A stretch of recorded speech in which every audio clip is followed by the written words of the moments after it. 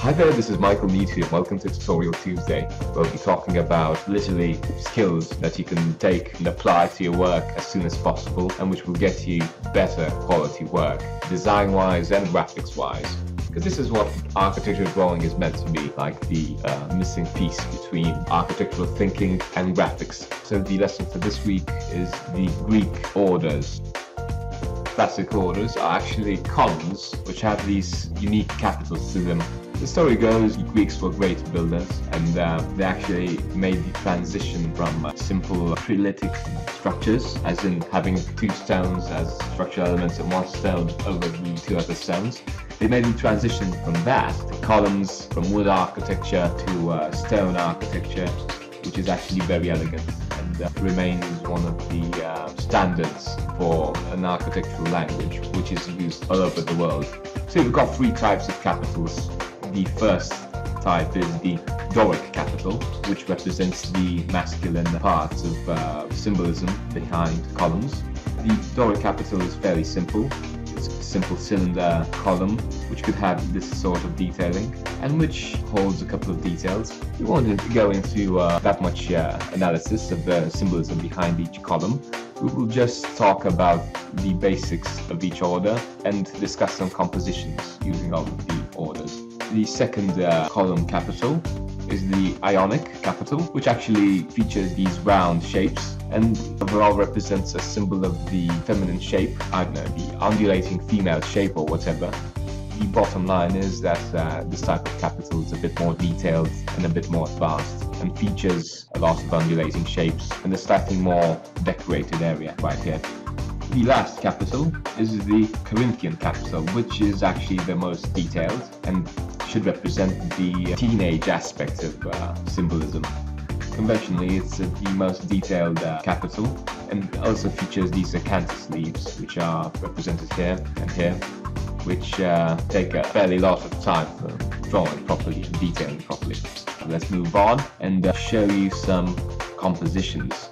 If you've seen the lessons on architectural composition, this is a custom composition which features these columns and capitals. So you've got a vertical dominant with the Doric Capital. You can tell that it's fairly well detailed. You've got a foreground with the Ionic Capital. You can tell this column has been cracked, and you can see this interesting section here. It's actually a good trick to learn to do this. And this is a very large drawing. It's 50 by 70 centimeters. So these large drawings are very good for featuring detail. You've also got all these other columns here. This is the Corinthian Capital, almost hidden somewhere in the background, because you probably figured this out. You don't need to detail everything. You can get away with it sometimes. You can just throw in a column somewhere. The most complicated one, you can throw it somewhere, and you can just focus on the others. And you also got this nice little colonnade going like this, and a fractured column over here. The thing is, the complicated elements would be drawing this image at a very large scale, because you could mess up a lot of elements, as in the fixtures between simple boxes and ellipses. Also, this drawing has quite a bit of mistakes, perspective-wise, but it's a very good start. It's made by one of my students, probably the third or fourth lesson. It's a beginner drawing.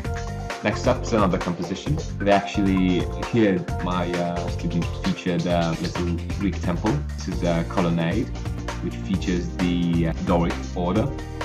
You also got this Doric order as a vertical dominant, an Ionic Capital in the foreground. Very well detailed. These ellipses can be quite tricky to draw, considering the different size of each element. In this case at least, they're not the standard ellipses which are parallel with the horizon line. They are ellipses which fit into little squares. They're kind of hard to draw.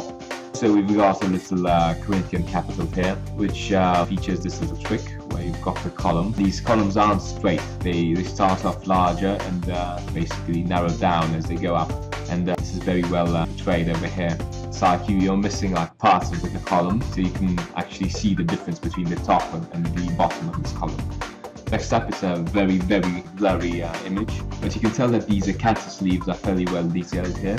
And got an Ionic Capital right here on the foreground. You can rotate these capitals just to show the good bits and to hide the not so good parts. This image features a lot of contrast. Drawing something like this will take a bit of time till you sort out these ellipses and square parts. But overall, it's a fairly good effort. Detailing one of these Corinthian Capital takes a lot of time. The drawing probably took around 5 to 6 hours, so good effort. So these are the introduction to the classic orders.